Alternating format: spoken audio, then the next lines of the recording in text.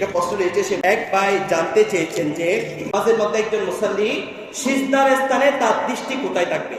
প্রিয় হাজির, এটা সিজদার বিষয় নয়, শুধু এটা আপনার নামাজের পরিপূর্ণ যে আপনি দাঁড়ানো অবস্থায়, রুকু অবস্থায়, সিজদা অবস্থায় দৃষ্টি কোথায় থাকবে এই সম্পর্কে কোরআনে কারীমের স্পষ্ট আয়াতে কারিমা আল্লাহ পাক রব্বুল আলামিন বলেন কুমু লিল্লাহি কানিতিন। আল্লাহ বলছেন তোমরা আল্লাহর সাথে দাঁড়ানোর সময় বিনয়ী হয়ে দাঁড়াও, বিনয়ী হয়ে দাঁড়ানোর কথা বলেছেন। সম্পর্কে একটি riwayat বুখারী শরীফ, মিশকাত শরীফ, তিরমিজি শরীফের মধ্যে এসেছে, যেটা আনাস রাদিয়াল্লাহু তাআলা আনহু থেকে বর্ণিত, যেখানে বলা হচ্ছে ইয়াকা ওয়া ইলতাফাতু ফিস সালাতি ফা ইন্না ইলতাফাতা ফিস সালাতি হালাকাতুন।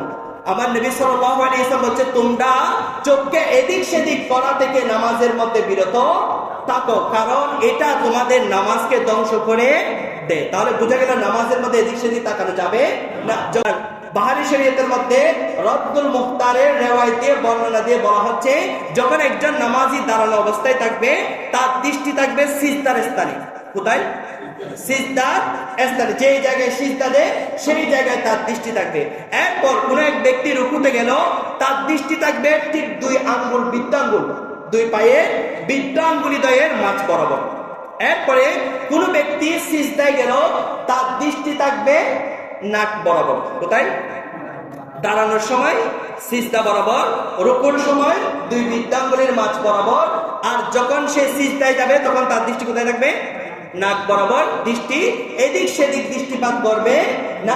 আয়েশা সিদ্দিকা রাদিয়াল্লাহু তাআলা আনহা থেকে একটা হাদিসে মুবারক আসছে, আয়েশা সিদ্দিকা রাদিয়াল্লাহু তাআলা আনহা বলছেন যে নামাজের মধ্যে দৃষ্টিকে এদিক সেদিক যারা করে তাদের সম্পর্কে আমার নবীকে জিজ্ঞাসা করা হলো, তখন আমার নবীর জবাব দিলেন কি ওহুয়া ইখতিলাসুন, ওহুয়া ইখতিলাসুন। আমার নবী সাল্লাল্লাহু আলাইহি ওয়াসাল্লাম বলছেন এটা হচ্ছে শয়তানের একটা কুমন্ত্রণা, শয়তানের একটা ফাঁদ, আর এই ফাঁদের মাধ্যমে ইয়াখতালিসু শাইতান মিন সালাতি আহাদিকুম, তোমাদের কোন এক ব্যক্তির নামাজকে শয়তান বিনষ্ট করে দেয়, শয়তান বিনষ্ট করে দেয়, এটা নামাজকে নষ্ট করে দেয়, নামাজ বিনষ্ট করে দেয়, যেটা আমার নবীর হাদিসে মুবারক এসেছে। তবে এটা যে নামাজের ফরজিয়াতের খেলাফ হচ্ছে এমনটা, কাউকে যদি দেখেন এদিক সেদিক তাকাচ্ছে, এদিক সেদিক দৃষ্টিপাত করছে, তার নামাজটা একেবারে বেঁকে গেল এমনটা, এখানে হালাকাতুন মানে হচ্ছে নামাজ বিনষ্ট হয়ে যাওয়া, মানে নামাজের সওয়াব তার থেকে কমে যাওয়া, নামাজের যে একটা সওয়াব রয়েছে ওই সওয়াব থেকে তার বঞ্চিত হয়ে